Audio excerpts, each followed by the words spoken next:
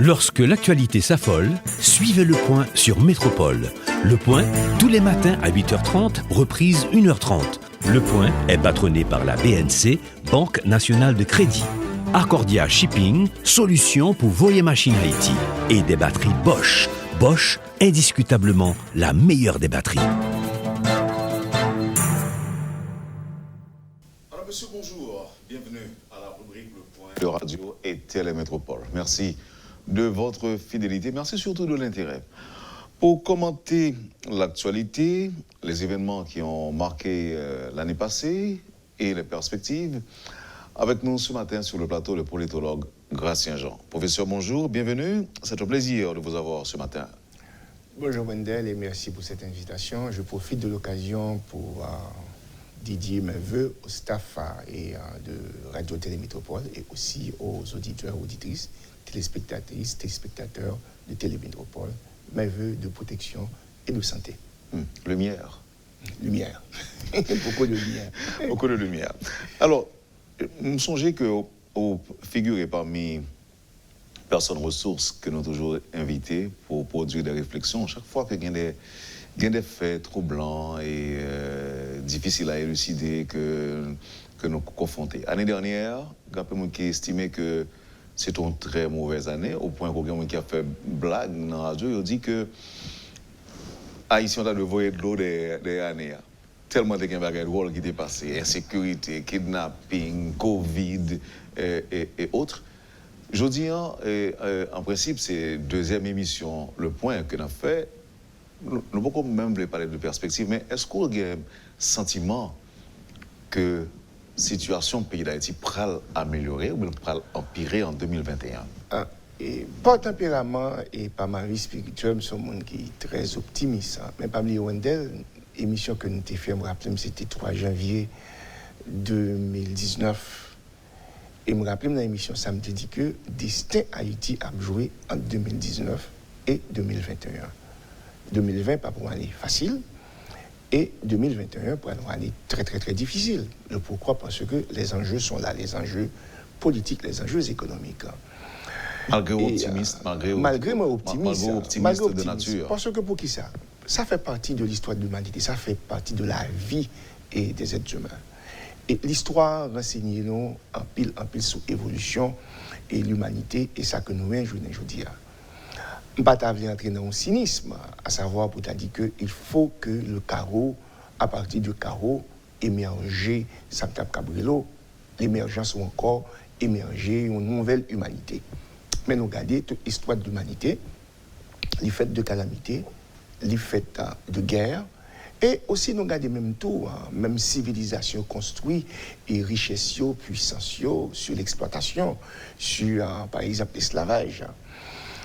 Et j'aime te dire là, dans l'émission, Destin doit jouer en 2019 et 2021. Et nous entrons dans la dernière année, qui c'est 2021. Et qui correspond aussi au cycle de l'Apocalypse. Parce que l'histoire est très importante. La Bible, l'Apocalypse de Jean, pas prendre une dimension très très spirituelle entre le divin et un bagage qui est dépassé, non. Mais ce n'est pas sans raison qu'il était écrit le tout.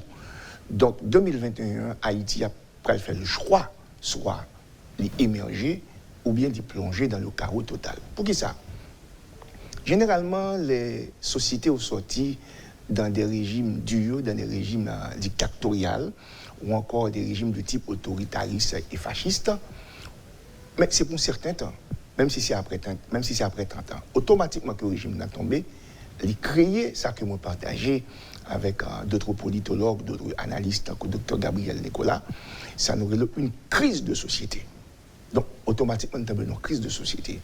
Et crise de société, ça, qu'on la donne, ou qu'à émerger à partir de lui-même, et ou capable de tomber dans un chaos total. Et justement, nous sommes capables de dire nous avons fait un cycle de cette crise de société. Parce que crise, là, pas perdu en tant que crise de société ou une transition interminable, mais on va priver dans un moment côté que soit au émerger ou bien au tomber dans chaos total. Alors, moi, je ne connais pas pour qui ça c'est nous-mêmes, par exemple, si nous faisons... Bien content de dire ça, c'est pas ça. Il y a des études prospectives qui font dans ce sens. Alors, permettez, justement, juste un moment, par exemple, me songer en 1986, les Jean-Claude Duvalier quittent le pouvoir. Ce n'est pas les mêmes seuls. Il y a Ferdinand Marcos tout, aux Philippines. C'était un régime bout-du-culté et tout. Mais ils n'ont pas dans la même situation avec nous. Et puis, il y a un Chili, pour citer que ces pays, qui ont un régime bout-du là-dedans autour. Mais on a l'impression que le peuple, ensemble avec les dirigeants, ils battent le pays dans l'autre direction. Pour que ça, nous-mêmes, c'est aujourd'hui, c'est plus de 30 ans après. Les modèles sont très belles approches à faire là. Surtout en matière de sciences politiques. La sociologie politique est extrêmement importante. Si on ne maîtrise la sociologie politique, ou beaucoup politologue. Mais justement, les crises de société, automatiquement qui fait, gagner un élément fondamental, un corps fondamental qui est intervenu, ce sont les élites. Parce que l'élite, là, il y a une mission de transformation sociétale. J'aimerais dire, les masses s'agitent, masses ont demandé aux revendications. Il n'y a pas agité, société n'a pas agité. Par contre, ce sont les élites qui transforment. Maintenant, je vais faire référence, parce que c'est très académique, permettez-moi ça, c'est des défauts académiques là. Ce n'est pas sans raison, au Montakou, Gramsci, pour venir avec ce qu'on appelle l'élite organique. Ces pays comme Chili, comme d'autres pays, même dans l'Amérique latine, ils arrivaient à constituer ça quand même un noyau d'élite organique, intellectuelle qui est organisée. Et ça se fait à travers l'université. Et ceci sans clan, sans compétition. Donc, transformation qui n'est pas faite, la Jean Tadoué aboutit, eh bien, nous allons incomber à la responsabilité des élites haïtiennes. Mais cependant, c'est extrêmement important, ça me peut le dire là. Il y a des efforts quand même qui ont été faits. Il y a 7 tentatives qui ont été faites avec l'apport des exilés qui étaient l'autre bord, qui frottaient avec la culture politique occidentale, la culture politique européenne et autres, et aussi certains pays de l'Est. Et ça qui était ici, surtout, qui était boumé dans la militance, et un petit peu caché sous Duvalier par rapport à cette lecture. Et bien justement, après, Jean-Claude Duvalier, pour gagner CNG, pour gagner Assemblée constituante là. Et bien justement, la Constitution de 1987, au-delà de toute sorte de reprocher, l'IPRAL prend toute dimension anthroposociologique, anthropologie culturelle et même historique pays pour que nous Constitution 1987 ça. Très souvent. Quoi qu'on prenne d'émotion. Non, il n'y a pas eu d'émotion. Attention, il n'y a pas eu d'émotion. Il n'y a pas eu d'émotion, je vous dis là. Mais, au pas qu'à laguer l'émotion seulement, son seul article qui te dit que ma coûte pas la donne pour 10 ans. Et pourtant, ceux et celles qui vont occuper l'espace politique, l'administration, ce sont les fils du régime. Écoutez, ce ne sont pas des anti-duvalieristes qui étaient au lycée. Ce ne sont pas des anti-duvalieristes qui étaient dans les universités. Ce ne sont pas des anti-duvalieristes qui étaient dans l'administration. Mais en tant que jeune génération, mû par des idées de changement, de révolution, et dans le mouvement de mutation que tu as fait à l'échelle mondiale, nous avons voulu le changement. Mais pas de gain d'émotion. Et c'était clair, on parlait des zélés. Mais quels sont les critères pour les zélés? On ne pas entrer dans ça. On prend dimension ça. C'est une plus belle constitution qui gagne. Pour qui ça? Et son constitution, c'est pas seulement mon tendance à réduire, dès qu'on parle de la constitution, au Sam de Cabrelo, aux juristes, aux constitutionnalistes. Il s'agit d'un pacte, il s'agit de contrat social. Donc c'est un document multidimensionnel. Donc là, on va pas faire des accords avec mon qui estime que la Constitution est une source d'instabilité.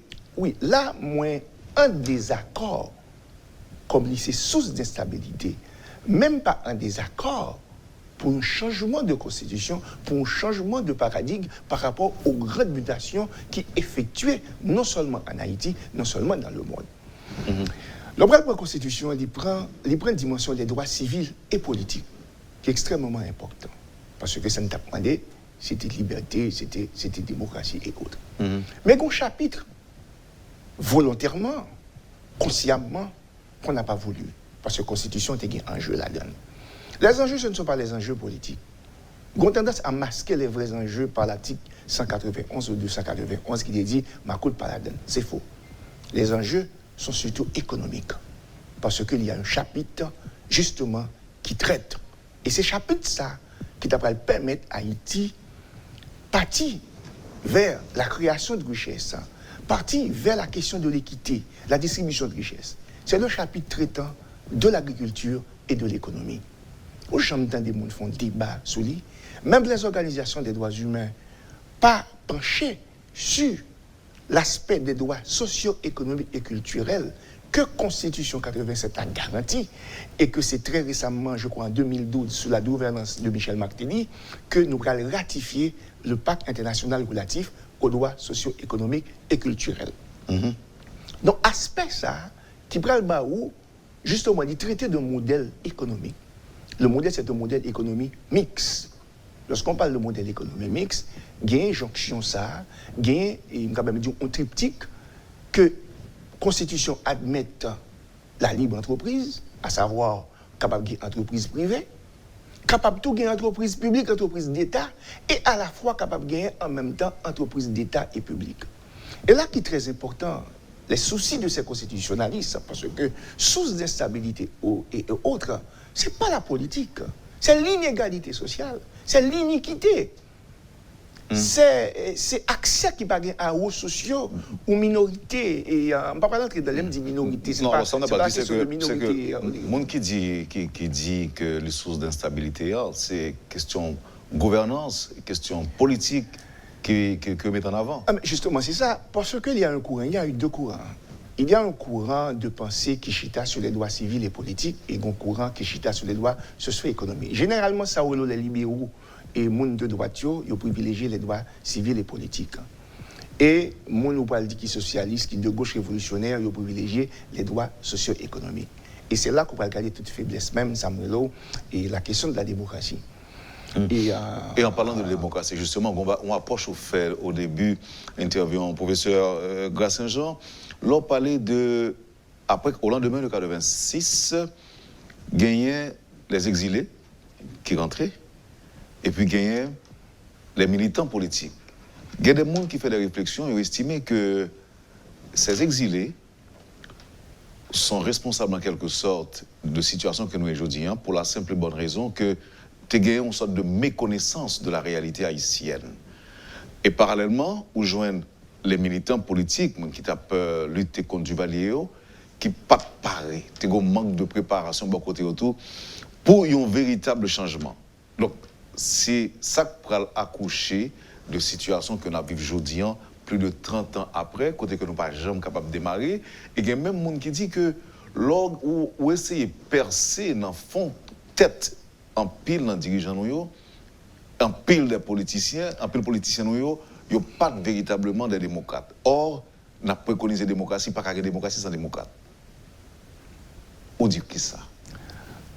À nous retourner sur ça qui est très important, tu as parlé de la question des élites. Je ne vais pas remettre tort, pas oublier que l'Assemblée constituante qui était là, il y a un rapport que exilés ont porté. Sinon, on dit que exilés sont responsables là. Nous méchants. Nous méchants. Le même matin, tout, nous avons ces deux jeunes qui ont parlé de l'intégration de la diaspora. Plus tard, nous avons dit que la diaspora est responsable de cette passé par le fait qu'ils intégré. Et nous avons cette culture d'irresponsabilité personnelle. Il faut toujours avoir un bouc émissaire pour que nous démarquions nous soit de responsabilité. Je vais le dire encore, son constitution qui est à la fois l'IBA ou ingénierie de l'État, l'IBA de construire l'État, et il y a en même temps un projet de société. Qu'est-ce qui a manqué après ça? Ce n'est pas que nous ne pas préparer, parce que nous étions très jeunes, tout c'est très bien. Le changement, il est planifié. Le changement, il est écrit quelque part. Nous avons eu la Constitution, certes, mais nous n'avons pas produit, à part de la Constitution, Santé Gabrielo, un véritable document stratégique. C'est plus tard, ça va essayer fait pour que qui était capable de relever économique là pour que nous connaissions qui côté nous aller au niveau économique. Donc, je ne peux pas dire que l'exilé a une responsabilité de rejeter. Non, la responsabilité est partagée. On dit vérité. On a dit vérité, on m'a une question de manière historique. Dans la vie, il y a le premier rendez-vous raté.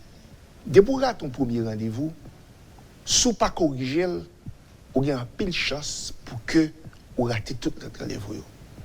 On dit le premier rendez-vous raté, ce sont les élections du 29 novembre 1987. Qui, malheureusement, et c'est ça les enjeux du pouvoir, la peur, et aussi dans ce sens-là, que malheureusement, qui va réprimer dans le sang par les militaires. C'est le premier rendez-vous raté. Et si, normalement, l'élection 1987, ça a été réalisé, on est capable d'aller vers le premier cycle, on a le conseil électoral permanent, on a achevé Samedi Cabrelo, chapeau de l'État. Donc, de 1987 à aujourd'hui, tout le monde va saisir ça, et tous les présidents, ce sont des présidents de transition, même ceux élus. Ce sont des présidents de transition. Pour qui ça? Parce que nous sommes en transition toujours.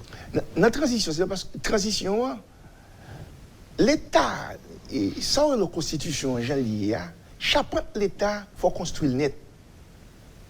Préval a tenté, le président Préval. Première version, premier mandat ou deuxième mandat? Deuxième mandat. Non, premier mandat, justement, était tenté. Avec les conseils. Avec les élections locales pour venir gagner un conseil. C'est le premier mandat. Donc, justement, c'est le premier mandat.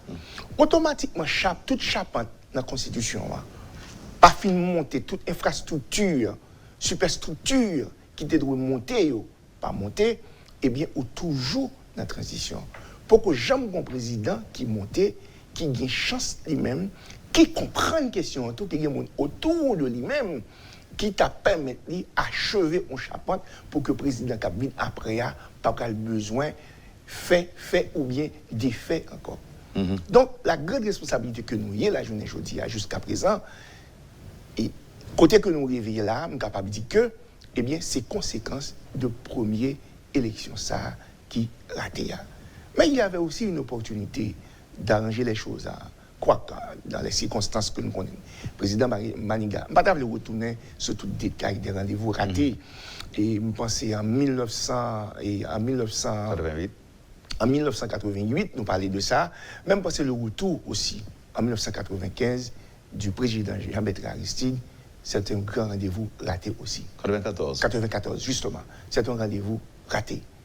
Et ma pour dire, je dis, quel que soit ça qu'on a reproché au président Jean-Bertrand Aristide, et moi, je vais dire, monsieur, ça c'est la balastie et autres. Oui, mais j'appartiens. Mais son droit, non, mais j'appartiens au courant, au mouvement. Et la Valasse, ma génération. De toute façon, ça ne fait pas de moi la Valasse pour autant. Mais c'est ça que je ne pas comprendre. C'est droit qu'on gagne. Donc c'est à mon droit. En 1995, ma pour dire je dis, et en 1994, je retournais, et même en 1995, en 15 octobre, mais nous connaissons tout en jeu les élections de 1995. Le président Jean-Bertrand Aristide a voulu faire l'ouverture, faire pas que ça, et surtout à travers les autres partis politiques. Quand même, tu as une tendance vers cette unité, cette cohabitation. Mais il y a d'autres acteurs autour de lui, notamment des acteurs de type de socialistes, de gauche révolutionnaire et stalinistes. Radical. Et c'est dommage. Et son monde qui a un peu de respect pour lui. Le feu Gérard Pierre-Charles a été très intransigeant à ce niveau. Il n'a pas voulu, lui. Il n'a pas voulu cette ouverture? Non. Mais d'ailleurs, il avait dit, avec la Valasse, nous pourrons pouvoir pour 50 ans. Donc, c'est sorti d'un fascisme de droite, aller vers un fascisme de gauche. Et c'est ça que Haïti a profilé vers lui-même. Par rapport à cette crise de la démocratie, cette déchéance de la démocratie, non seulement en Haïti, mais aussi au niveau... Est-ce que c'est ça qu'on va l'expliquer au PL, qui au départ était organisation politique Lavalas, qui va le changer en organisation peuple en lutte? l'organisation du peuple en lutte. Voilà. Et ça, c'est toute une histoire moi, t'as rentré la dernière, c'est toute une autre émission, c'est toute une étude, toute une thèse sur question ça en Haïti, et conflit, et dans la question idéologique, cette intransigeance. Mais on était témoin refus ou bien intransigeance? Oui, moi, j'ai vécu tout ce moment, j'étais très actif. Et à ce niveau, au niveau de la société civile, au niveau des groupes de réflexion, j'étais présent lors de cette fameuse réunion, et je crois que c'était à l'hôtel Christopher, qui par là encore, les pral gain division maintenant entre les bonnes tables à pral craser, et on va retrouver l'OPL maintenant autour de cette table. Et là, ça, il y avait Victor Benoît, il y avait Serge Gilles, et Gérard était là aussi. Et ce qui se passe entre les acteurs politiques, c'est que la caïne de aujourd'hui, ça, bail oublié pour tes bacs songer. Ce qui se va, ça peut le passer dans le moment Hôtel Christopher, ça, si je ne pas oublier, dans le moment où je présente à travers le COADEM, le collectif pour une Haïti démocratique et moderne. Et à l'époque, nous avons passé dans la réunion. Et puis à un certain moment, j'ai été là. Et ils ont accueilli. Et normalement. Mais plus tard, qu'est-ce qui va se passer? Eh bien, justement, bah, oublié pour te songer, eh bien, ils prennent les cartes, ils prennent signer accord, je crois, 8 mars. Accord 8 mars, Conacom et autres prennent signer accord 8 mars, et puis OPL prend été isolé pour qu'on dise. Là, on quitte l'histoire, ça, on va essayer de comprendre ce qui s'est passé. Certains affaires sont souvent importants. Pas du toujours, non? Sont souvent, peut-être parfois importants. Oui, et quand j'ai 59 ans, j'ai commencé à 17 ans, j'ai connu tout ce beau monde et nous travaillons ensemble. Donc, là, moi, partager la sympathie, l'amitié de tous ces secteurs. Est-ce que c'est pas occasion, justement, puisque nous avons parlé des responsabilités des élites, et là, est-ce que l'élite politique, là, l'élite politique, pas une grosse responsabilité dans les gens nous venir, je veux dire là? Je ne veux pas dire élite politique seulement. On dit les élites, à la fois élite politique, à la fois élite intellectuelle, économique et autres même religieuse. Il faut partager il faut partager la responsabilité. Je me dis bien ce qui se passe. Très souvent, vous voyez les politiciens. Mais les politiciens n'ont pas agi pour compte. Ils n'ont pas pour compte. Ouais, faut qu'on prenne, faut qu'on pas isoler, il faut prendre tout, faut prendre tout ensemble là. Faut faire une approche capable de totale et globale pour comprendre une situation ça.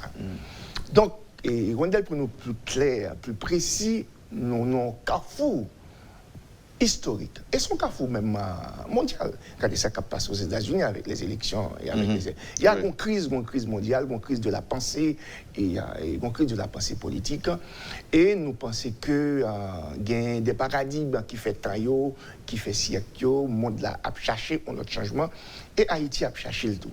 Maintenant ce qui arrive dans les crises et parce que ça s'est passé à Athènes aussi. Parmi avant la démocratie, tu as une timocratie, tu as une oligarchie, tu as une aristocratie.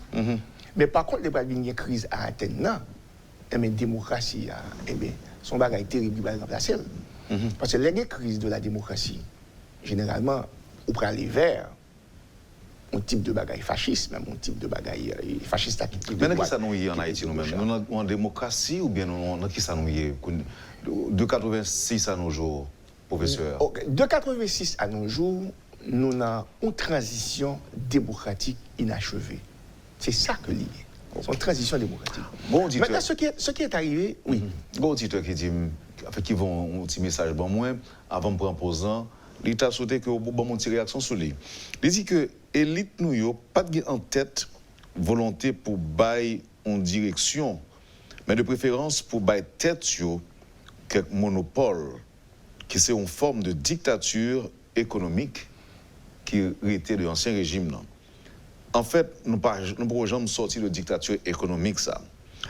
Même auditeur a dit que la Constitution n'a pas aucune chance pour l'appliquer, il n'a pas aucune chance pour l'appliquer sans un changement de paradigme. Justement, un changement. Non, la Constitution elle-même, c'est un paradigme. Pour qui ça? Attention, hein? Parce qu'on parle de paradigme. La Constitution elle-même, c'est un paradigme. Parce que la Constitution, elle consacre un État démocratique, elle consacre un État pluraliste, à savoir le multipartisme, le pluralisme idéologique, qui partent là sous la dictature.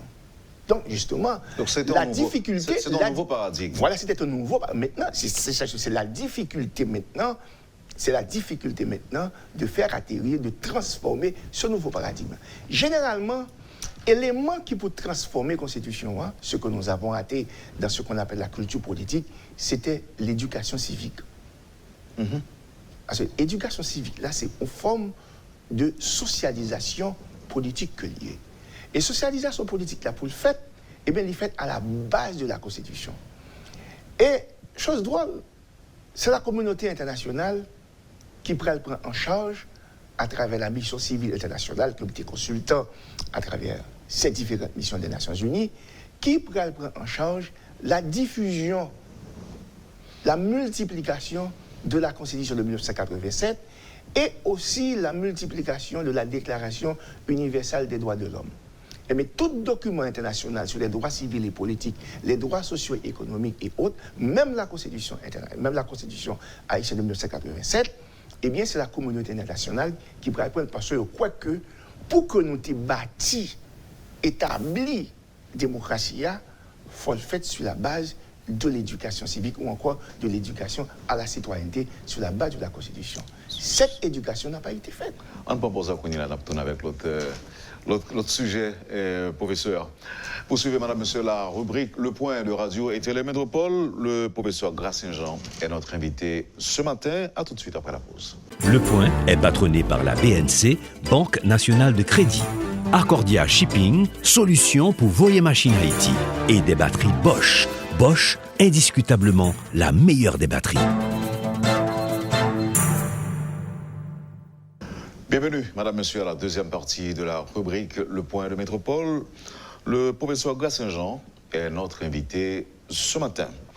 À la lumière de toute réflexion, rappel historique qu'on fait, avant même que nous parlions de projet de révision de la Constitution, est-ce que nous sommes capables de dire, monsieur Jean, que Haïtien tu dois considérer 2001 comme une année de nouveau départ? 2021. 2021, pardon, oui. Comme une année de nouveau départ. Et oui, nous qu'à considérer comme une année de nouveau départ, ce n'est pas nous qui pourrons le faire comme ça de nouveau départ. C'est la force des choses. C'est une année de grands enjeux, c'est une année de grandes confrontations et politiques liées. Pas oublier que nous, une année là, qui nous arrivait dans la quatrième, on dit déjà, c'est la cinquième année mandat, parce que du président et Jovenel Moïse, dans une phase électorale, et donc c'est ça que lié. Et quand même, c'est une année qui va consacrer aux enjeux politiques et aux enjeux électoraux. Et maintenant, on repartit sur la même base. Qui j'ai un nouveau départ? Pour que l'il y ait un nouveau départ, il faut que gagner une conscience de situation pays à janvier, journée aujourd'hui. Le carreau que nous sommes en train de vivre et qui ont tendance maintenant à s'amplifier. Et nous avons connu, et c'est ça la crise de société, le que pas maîtrisé par une élite organique, parce qu'on n'a pas d'élite. Là, je dis tout à l'heure, là, on n'a pas accordé à l'université un rôle pour le bail là tout, mais tout, esprit compétitif, nous tout, jouer en pile sous conséquence ça. Oui, esprit compétitif, non. Et université publique, université privée, et je sorti dans l'université privée, je sorti dans l'université publique, et c'est des schèmes coloniales que et tout. Comprenez? Et ça t'étudie l'autre bord, où tout le monde joue aujourd'hui pour avoir une valeur, pour avoir une identité, il faut qu'il courir, il faut faire maîtrise, il faut faire doctorat, même si on a une maîtrise dans le droit européen, il y a pour retourner en Haïti avec lui. Ou bien, regardez, ils font doctorat en philosophie espagnole. Bon, c'est-à-dire qu'il faut un titre là. C'est-à-dire que c'est comme dans la colonie, ça qui te voyager, aller dans la métropole là et là retourner dans la colonie. Même je t'ai posé question hier, la question de prétention de la diaspora, c'est comme si c'est eux qui gagnent toute vérité, il y en a l'autre pays. Donc, on parle comme ça, mais quand même, c'est des bagages pour que nous réfléchissions, puisque ce sont des fils et des filles d'Haïti. Oui, c'est un nouveau départ. Pour l'enfer ou pour le paradis? Voilà, bien quand on fait approche là comme ça, un nouveau départ, ce n'est pas une approche positiviste. Il doit à son niveau, un nouveau départ qui allait vers une amplification de la situation chaotique, mais nous devons à son nouveau départ qui allait vers l'émergence. Et l'émergence là va dépendre de prise de conscience ça, qui va dépendre tout de cohabitation ça, l'idée de cohabiter ensemble. Ça me pense vivre ensemble là, je pense que c'est extrêmement important. Quand dans le cas Haïti, ça, je dis en 2021, nous avons à peine commencé. Nous pouvons entrer dans une grosse tension, dans gros enjeux. Haïti a un choix en 2021. Soit il émerger, soit il tomber dans le carreau. Parce que nous vivons ce qu'on appelle une caractéristique entité chaotique environnementale, c'est la désétatisation. Ouais, l'État n'est pas là. Ouais. Chaque côté, c'est comme si c'est l'État dans l'État, des petits États dans l'État. Et généralement, on peut aller vers des situations vraiment très graves. La question de la sécurité ne va pas être dans la question de kidnapping. Tout le monde connaît Jean Bagala et je ne dis pas. La question de kidnapping, la question de banditisme et autres, la question de gang et autres. Donc, c'est des phénomènes, généralement, qui caractérisent type d'État qui est en décomposition, même genre avec Haïti, même genre dans une étude prospective qui était faite, parce que ça fait partie de ma thèse et de doctorat à l'Université royale d'Haïti. Je suis capable de dire son thèse qui chita à la fois et sur le nouveau paradigme de la pensée politique, l'humanocratie, et en même temps le fédéralisme étatique, qui est aussi un nouveau paradigme. Pourquoi? Parce que nous sommes dans un État unitaire et l'idéal, ce serait passer d'un État unitaire à un État fédéral. Je me de recevoir sur question ça déjà. On a parlé de l'État fédéral. Pour le monde qui comprend, c'est la transformer Haïti, Jean Léa, en un État semblable, bien que quelqu'un qui dit comme ça déjà à l'origine, à Jean États-Unis. Il n'était pas à la fois, justement, parce que nous avons à peu près presque même histoire avec les États-Unis. Et là, je dis même histoire là par rapport à côté, nous sommes sortis différents côtés que nous sommes sortis. Et pas oublier que les États-Unis, grande puissance qu'on fait là, ce ne sont pas les nobles qui ont fait les États-Unis. Et ce sont les révoltés, ce sont les déshérités qui ont un rêve, ils ont dit qu'ils vont faire une grosse puissance, qui fait que vous faites les États-Unis. Ce sont les pauvres gens, ce sont les marginalisés. Oui, mais avec la différence. Qui te un rêve, qui te ils viennent là, ils transforment ça, oui, mais tous sortis différemment de côté. Nous, avec la différence, c'est que nous-mêmes, ils n'ont même pas assassiné père fondateur des États-Unis, il va assassiner le temps. Alors que nous-mêmes, nous tuons des salines.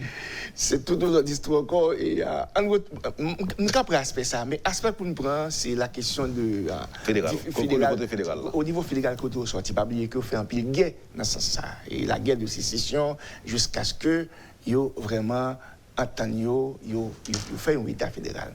Dans le cas pas nous tout, pas oublier que après justement l'assassinat de l'empereur et Jacques Ier, parce qu'on n'a pas assassiné Jean-Jacques Dessalines, on a assassiné l'empereur Jacques Ier. Parce que la différence la différence, c'est... la différence, vous avez le général Jean-Jacques Dessalines qui était gouverneur et qui plus tard, et titre là, il faut respecter lorsqu'on parle, c'est pendant que l'empereur là, il a assassiné, c'est l'empereur Jacques Ier d'Haïti qu'on a assassiné. Qui était établir. Donc c'était pas le général. Qui était normalement, qui devait établir un empire. C'était pas le général. Parce que Dessalines c'est un grand homme. Parce que dans la vie, il y a des moments forts qu'on comprenne. Le moment général, là, il mettait sous côté. Il a gagné la guerre. Maintenant, il a toujours besoin du moment général là, pour le protéger. À qui indépendance là? Mais c'est l'Empire. C'est à partir de l'Empire, c'est à partir de l'établissement d'un régime, d'un type d'État, et bien que il prend Chita Nation. Chita Nation, c'était Chita Nation, c'est autour de l'Empire. Par contre, il y a d'autres courants, les courants républicains, comme Pétion, comme Boyer, Rigaud et autres. Par contre, on a Christophe, Capois, les Métors. Ils ont même été modèle type monarchique, modèle type royaliste. pas oublier que tout ça, on va jouer et jouer dans ce sens ça. Donc, le 17 octobre 1806, nous avons tout un projet société qui était peut-être même un type d'Angleterre, même un type de Belgique, et la Suède, là, et la Norvège, et les pays, ça marchait quand même. Hein. Il y a un président, c'est roi, c'est reine, et qui l'a d'ailleurs. Et il a adapté au fil, au fil des années. Et culturellement, la vision de l'emploi était comprenue. Pas oublier que nous avons une masse esclave, masse africaine qui était issue des tribus, qui n'est pas différent d'un modèle occidental de roi, de reine et autres. Donc, nous sommes capables de dire à l'époque où était établi l'Empire, eh bien, l'ité répond à un moment ça. Donc, et on va regarder deux courants, on va le diviser, on va venir la guerre, et d'un côté, après l'assassinat, on va venir joindre une sorte de fédéralisme, la guerre de sécession, où joindre Pétion dans l'ouest, et où joindre Rigaud dans le sud, et où joindre Christophe, et vraiment dans le nord. Et c'est pas la force, c'est pas la guerre. Et regardez bien par rapport à la sous-culture qui gagne. Et on dit bien, il y a un modèle de type d'État, un modèle fédéralisme, la marché puis bien pour Haïti. Et je vais là en rapport à la Constitution de 1987. Parce que 1987, justement, ils font une constitution hybride par rapport à une sorte de fédéralisme par défaut. Justement, avec les assemblées départementales, les conseils départementaux, et justement, ce qui va faire de la Constitution cet État un État fédéral par défaut, eh bien, c'est le conseil interdépartemental, avec pouvoir qu'il est capable de délibérer en conseil des ministres. Maintenant, au lieu on aller vers des bagages qui hybrides, parce que c'est science quand même, le droit constitutionnel et les modèles d'État, c'est des bagages scientifiques. On doit aller dans des bagages hybrides, on nous partit d'un modèle d'État, capable de fédéral, qui est vraiment adapté à la réalité, à Jean-Lia, que moi développé là, et dans ma thèse de doctorat, un État fédéral à 5 grands États. Ou bien l'État du Nord, ou bien l'État de l'Ouest, et ou bien l'État de la Grenosse, ou bien Artibonite, ou bien le Grand Sud. Et pas oublier que nous sommes à Sciences Po, on fait géopolitique, et déboucher sur la mer, là, est important pour nous autres. Maintenant, j'ai entendu que peut-être vous parlez que dans la nouvelle constitution que vous avez fait, il y a mis les gouverneurs dans les 10 départements. Bon, c'est pas ça. En remplacement des délégués. En remplacement des délégués. Alors, ce que je me pose, est-ce que pour un nouveau paradigme, j'en dis là, ça t'a supposé un aspect? Par exemple, fait de constitution noire, une loi mère fédéraliste. Pas dire loi, mais fait de constitution, n'a pas constitution, mais fait de l'État, n'a sorti d'un État de type unitaire avec une décentralisation qui n'est pas capable de marcher, qui est très hybride, il y a des enjeux et dans la question ça, et nous partons justement à un modèle d'État de type capable de fédéral avec 5 grands États. Mais attention. Excusez-moi, malgré attachement à la Constitution de 87 là, professeur, puisqu'on dit que son œuvre relativement parfaite, on dit relativement. Donc, c'est une œuvre. C'est une œuvre, c'est ça fait comme dit ça, ou toujours, ou pour une révision de la Constitution. Et pas seulement révision, mais plus loin, moi, dit tout à l'heure là, et la mutation, il faut nous adapter à la mutation. Moi, respecter la Constitution, la Constitution de 1987 a été une étape de l'histoire de ce pays, c'est une étape dans l'évolution. Et justement, moi, puiser là-dedans tout pour élaborer cette Constitution fédérale là, et un type d'État fédéral humanocratique, j'ai puisé dans cette Constitution aussi. Et non pas qu'à rejeter responsabilité, non pas qu'à jeter le poule, dire que nous pas bon. C'est quoi? Il ne faut pas faire ça. Je ne dis pas, si il y a des garanties qui sont là, je ne dis pas, c'est grâce à cette Constitution de 1987. Alors, ça me connaît, est-ce que pour un renforcement, si vous voulez, des structures de décentralisation qui garantiraient en quelque sorte l'aspect fédéraliste de cette nouvelle constitution? Moi, maintenant, un changement de paradigme. Je suis pour la révolution. Et là, on parle de la révolution, non révolution scientifique. Même les révolutions scientifiques là, par rapport à la mutation faite dans la société que nous ne pas maîtriser, et démocratie qui a une crise au niveau mondial, nous entendons chaque jour, et type modèle d'État que nous avons là qui est en crise, mais pour un changement de paradigme, à la fois au niveau... Donc une nouvelle constitution, c'est une nouvelle constitution. Écoutez, une nouvelle constitution ne dit pas que cette constitution qui était là, c'est bon ou pas bon. C'est pas ça. C'est par rapport aux mutations qui se sont effectuées. D'ailleurs, il faut partir... Vous n'avez pas seulement parler d'un amendement non, ou de révision. révision. Non, même pas d'amendement. Parce qu'en science, il faut partir de l'existant. Il faut partir de l'existant. Mais pour faire changement, pour porter, il faut partir de l'existant. L'hypothèse contribution. De même aussi, lorsque j'ai élaboré, lorsque j'ai pensé en tant que penseur à la question de la démocratie, mais j'ai pensé à la démocratie. Mais la démocratie a porté ça pour le porter pour l'humanité. On ne peut pas dire qu'il n'est pas bon, non, on ne peut pas dire qu'il n'est pas bon. Il dépassé, il fait tenir, parce qu'avant, c'est pas ça. Il y a une tendance maintenant à prendre la démocratie comme si que, dès la naissance de l'humanité, il fait avec toute démocratie. Mais oubliez, ce sont des contradictions dans d'autres systèmes, d'autres régimes, démocratie, aristocratie, qui va faire que vous pourrez venir avec la question de la démocratie. Donc on va d'accord avec vous qui dites que ce serait le meilleur système au monde aujourd'hui? Non, ce n'est pas le meilleur système. Et pour qui ça? Ce n'est pas le meilleur système au monde. Combien de pays qui sont démocratiques? Combien de pays? Nous ne pas connaître. Peu de pays. Allez en Asie. Allez en Europe. Allez en Asie. Allez en Orient. Allez là en Afrique. Nous sommes démocratiques en Haïti. Les États-Unis démocratiques. Hein? Attention, si vous prenez l'esprit même démocratie. C'est de la poudre aux yeux quand on dit, par exemple, de certains pays que c'est la première démocratie. La première démocratie? Par contre, qui paye la première démocratie? Pas les États-Unis. En tout cas. Au contraire, on parlait de lui. Avec une hégémonie de deux partis, vous êtes une démocratie? Oui, mais, ou bien dit hégémonie de deux partis. De deux partis? Oui, mais il n'est pas différent. Il y a plus de 200 de particules, mais de partis quand même.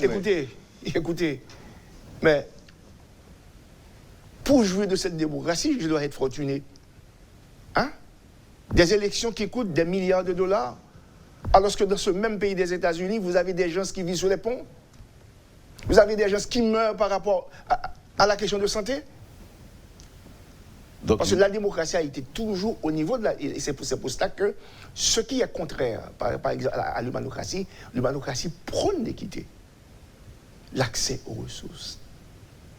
Tout le monde doit avoir accès aux ressources. Oui, mais est-ce que l'humanocratie est-ce que pour un beau rêve, est-ce que n'est pas une utopie peut-être au même titre que le communisme, professeur? Wendell, tu sais ce qui est très intéressant de ce que je viens de dire là? Mais c'est grâce au rêve que nous sommes là aujourd'hui. Mais la démocratie, à l'époque où on parle de la démocratie, mais il y a des gens qui t'a dit c'est ton rêve lié, c'est ton utopie lié. Non, mais jusqu'à présent, pas jamais parfaite. Écoutez, mais qu'est-ce que ça te gagne avant? C'était la démocratie, c'est l'aristocratie qui était avant. Mais ils ont compris, ces gens de l'aristocratie, qu'il fallait faire de l'ouverture, qu'on ne va pas mettre toute bagaille pour eux, ils faire ouverture là, politique. Au niveau du peuple. Mais il y a d'autres réformateurs qui ont dit, politique n'a pas suffi, il faut nous faire un petit bagage de l'économie en tout. La démocratie nous garantit que les droits civils et politiques, et avec, on est capable du noyau, qui c'est le renouvellement politique à travers les élections. La démocratie garantit l'équité. Est-ce que dans les pays est-ce que la démocratie éradique ce qu'on appelle les inégalités sociales? Au contraire, on se confronte. Il y a des pauvres, il y a des riches dans la démocratie. Mais dans l'humanocratie que je prône, tout en puisant aussi de la démocratie, dans le socialisme et autres, c'est cette cohabitation, c'est l'être humain qui est au centre dans une société. Vous avez beaucoup d'adeptes? Et je n'ai pas fait d'adeptes, je ne sais pas s'ils sont là, s'ils sont pour je ne sais pas. Ok, moi d'avancer. Ce qui est très important, c'est l'être humain. Et me dit la mettre fois dans l'émission, pas trop les répéter là, Wendell. Ce n'est pas du communisme. nous allons plus loin que le communisme. Nous dépassons le communisme. Et même aller plus loin que Marx, dans ce sens-là. Parce que je reconnais les classes sociales, même pas prôner la lutte des classes. L'humanocratie prône la cohabitation. Dans une société, capable de gagner des gens, Jean-Bouin dit là, qui aisés, des gens qui sont très aisés, des gens qui sont moyens.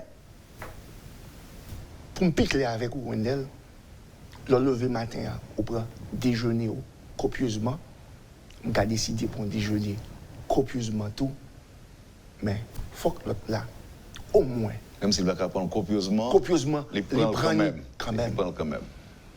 Donc nous allons très loin encore. La question du logement. On dit nous avec vous. Comment comprendre? Je ne dis pas, ce n'est pas tout le monde qui dormit. Mais par rapport aux inégalités sociales, par rapport à l'insécurité sociale, même si on retourne au château, ou pas bien dormir parce qu'on peur. Mais comment comprendre que il y a une cité soleil? Comment comprendre que il y a une cité de Dieu, village de Dieu? Comment comprendre que il y a un raboteau dans la société? Comment comprendre que nous avons cohabité avec bête? Dans cette démocratie, pas dire que la démocratie c'est le meilleur système qui gagne. Non. C'est pas parce que nous privilégiés, nous arrivons sortis de côté de sortie à nous-mêmes, nous arrivons tailler place très minoritaire. Est-ce qu'on a réussi à identifier un système qu'on est capable de considérer comme, bon, on ne va pas dire qui est meilleur, mais qui garantit qu'on va aller mieux, si vous voulez? Il y a un système qui garantit aller mieux en Allemagne, c'est ça, les pays scandinaves. Très souvent, il n'y a pas trop dire que c'est un pays démocratique. Il a parlé de l'humanisme. En imaginant, il y a des pays récemment qui n'ont pas de prison. Moi, je dis le tout. Mais comment, pour qui ça pour une prison? C'est inhumain. On ne doit pas être en prison. Pour être 10 personnes, comment comprendre pour garder 10 personnes, 20 personnes, 50 personnes? Non. Ou imaginez en Haïti, côté que le crime t'a fini. Oui, moi, et que je crois que ça a fait.